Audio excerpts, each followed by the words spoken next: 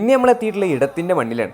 തെറ്റിപ്പോയി, കട്ടയിലാണ്. സേഫൊക്കെ കാര്യമായിട്ട് അവിടെ റീൽ ഡയലോഗ് പറയാണെങ്കിലും ഇപ്പുറത്തെ നമ്മൾ ജിന്നോയുടെ കാര്യമായി അതിനെ പ്രോത്സാഹിപ്പിക്കുന്നുണ്ട്. അല്ലെങ്കിൽ ഇങ്ങനെയുള്ള കാര്യങ്ങളൊക്കെ മോട്ടിവേറ്റ് ചെയ്യാൻ അണ്ണൻ എടുക്കണ. ആ മുഖത്ത് ഓജസും തേജസും കണ്ടറിയാം, കുടുംബത്തിൽ പറഞ്ഞേക്കണേ. കണ്ടില്ലേ ആ കുലമഹിമ. എന്തായാലും വെടുപ്പുമൂർത്തികളുണ്ട് ഉണ്ണി കുറച്ച് മാസാവും. ഇതുവരെ നമ്മൾ വിഷയത്തിൽ നിന്ന് തെന്നി മാറി. നമ്മൾ വന്നിട്ടുള്ള ഇടം കിച്ചണിലേക്കാണ്. കിച്ചന്റെ ആംബിയൻസ് ഒക്കെ എന്ന് പറഞ്ഞാൽ ഒരു പഴമയേറുന്ന പുതുമ, അല്ലെങ്കിൽ വേണ്ട ഒരു പുതുമയെ ഓർക്കുന്ന പഴമ. അതോടുകൂടി ഒരു അമ്മയുടെ വാത്സല്യം തുളുമ്പുന്ന ഫുഡും ഒരു 80 ഉറുപ്പിക്കാണ് വലിയ അടിപൊളി ഊണുകളൊക്കെ കൊടുക്കുന്നത്. അപ്പൊ അതിന്റെ കാര്യം കാര്യഗൗരവമായി നമ്മൾ സേഫൊക്കെ പറയുന്നുണ്ട്. അതുകൊണ്ട് ഞാൻ അതിലേക്ക് വിശദമായി കിടക്കുന്നില്ല. പക്ഷെ എന്റെ കണ്ണുകൾ പാഞ്ഞത് പോത്തോളം പറഞ്ഞ 2 പൂക്കികളിലേക്കാണ്. പിന്നെ ചത്ത് കിടന്നാൽ ചമഞ്ഞ് കിടക്കണം ജിന്നോട്ടന്റെ പോളിസി. അതുകൊണ്ട് മരണ വീട്ടിൽ പോലും കൂളിംഗ് ഗ്ലാസ് ഇടാതെ അണ്ണം പോകാറില്ല.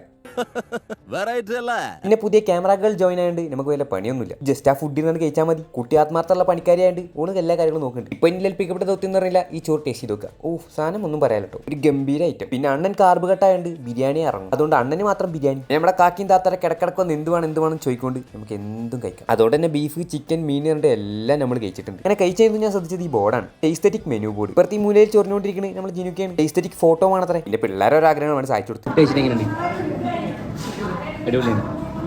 ഇപ്പൊ മച്ചാൻ പറഞ്ഞ പോലെ ഊണാണെങ്കിലും ബിരിയാണി ആണെങ്കിലും ഇവിടെ സാധനം അടിപൊളിയാണ്. നമ്മൾ പിന്നെ ഇവിടെ നല്ല കഴിച്ചതിന് ഇറങ്ങുകയാണ്. കഴിച്ച ഫുഡിന്റെ മഹിമ തള്ളിക്കൊണ്ടിരിക്കുകയാണ് നമ്മുടെ സൈഫുക്ക. കാരണം അതിന് മാത്രം ഉണ്ടേ. പിന്നെ നമ്മളെ റെഡി ഉണ്ട്, ഞാൻ പോകുന്നു.